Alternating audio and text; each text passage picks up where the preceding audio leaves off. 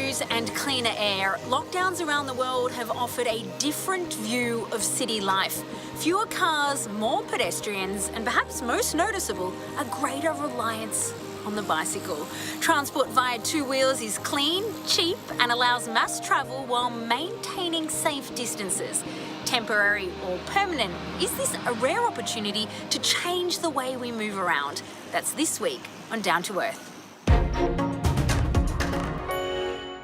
Whenever feasible, consider riding a bicycle or walking. That was the advice from the WHO as countries prepared to ease their lockdowns.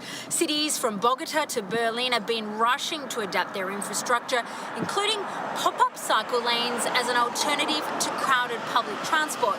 And it could be the beginning of a new normal. Peter O'Brien reports. When America's oldest bike shop opened, the Spanish flu was tearing through New York. More than a century later, it's helping residents work and stay sane amid another pandemic. For the shop's owner, history keeps bringing us back to two wheels. When things are bad and there's no transportation, when they ran out of gas during Sandy, everybody went back to bikes. When 9/11, we couldn't get around, transit was shut down, everybody went back to bikes. And now, what's happening again? What can we do? Stay safe, stay on a bike. From Brooklyn to Baghdad, more and more people are on their bikes. هي هم تمرين وهم نقضي وقت نفس الفترة. Es mejor que estar en autobús o en el metro, que no más riesgo de contaminarse con algo. Dass Leute mit Fahrrad fahren, ist auch langfristig eine ganz gute Entscheidung. Auch für die Umwelt, für uns selbst, also für alles. City authorities are also taking advantage of the empty streets to dash ahead with reforms. Bogota, Colombia is tête de la course. In mid-March, an overnight apparition of traffic barriers sectioned off more than 20 kilometres of roads for bike use, a total which has now reached over 100 kilometres. Dozens of other cities are in close pursuit. Berlin has doubled the width of its bike lanes to make sure the influx of new cyclists can socially distance, while Vancouver, Madrid, Auckland, London and Mexico City are just a few examples of the places either expanding their lanes, suspending bike share scheme fares, or closing some roads to cars.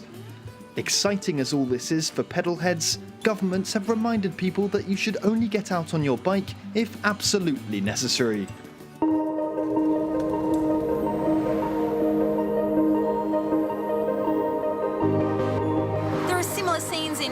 With cities such as Montpellier and here in Toulouse among the first to create what's been dubbed Corona pistes or Corona lanes, with many arguing that the bike is the ideal way to get around while the virus persists and beyond. Matthew Chassinier is certainly convinced, and he explains to us why this temporary obsession with the bike may be an opportunity for the long term. C'est une opportunité contrainte. Mais c'est une opportunité véritablement de mettre un coup d'accélérateur sur le développement du vélo. Et puis, ce que les collectivités ont prévu de faire en l'espace de 5 ou 10 ans, un grand réseau de pistes cyclables continues, sécurisées, c'est peut-être l'occasion de le mettre en place, mais plutôt en quelques mois. Case in point, around Paris, the crisis has helped fast-track this pre-existing project known as ARIA Valo or ARIA-V. It's a network of 650 kilometres of protected bike lanes that mirror the routes of the RER train lines. The idea is to connect the centre of Paris with key suburbs and prevent a complete paralysis of the road networks. Déjà, il n'y a pas suffisamment de place dans nos villes pour faire circuler un plus grand nombre de voitures qu'aujourd'hui. La voiture prend beaucoup de place et pour vous donner une idée, on fait passer à peu près 6 fois plus de personnes à vélo sur la même surface qu'en voiture.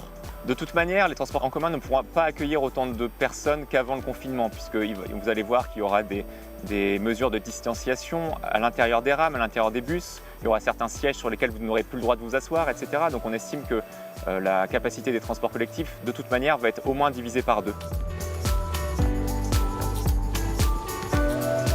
Souvent, le vélo a besoin d'événements comme ça, un petit peu de rupture pour se développer. On l'a vu au mois de décembre pendant les grèves à Paris. Le vélo a été multiplié certains jours par 3, alors même qu'il faisait froid, qu'il faisait moche. Là, on arrive à la fin du printemps, on va voir l'été. Je suis persuadé qu'il y aura énormément de gens qui vont se mettre au vélo. et que cet épisode finalement va laisser une trace dans l'histoire du développement du vélo en France avec une augmentation de la pratique qui va être très forte et qui sera, je pense, durable.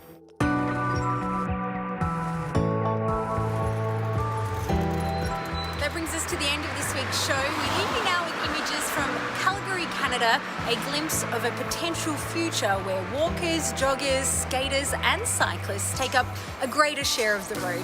Some say that's what happens when we give the streets back to the people. Thanks for being with us. We'll see you next time.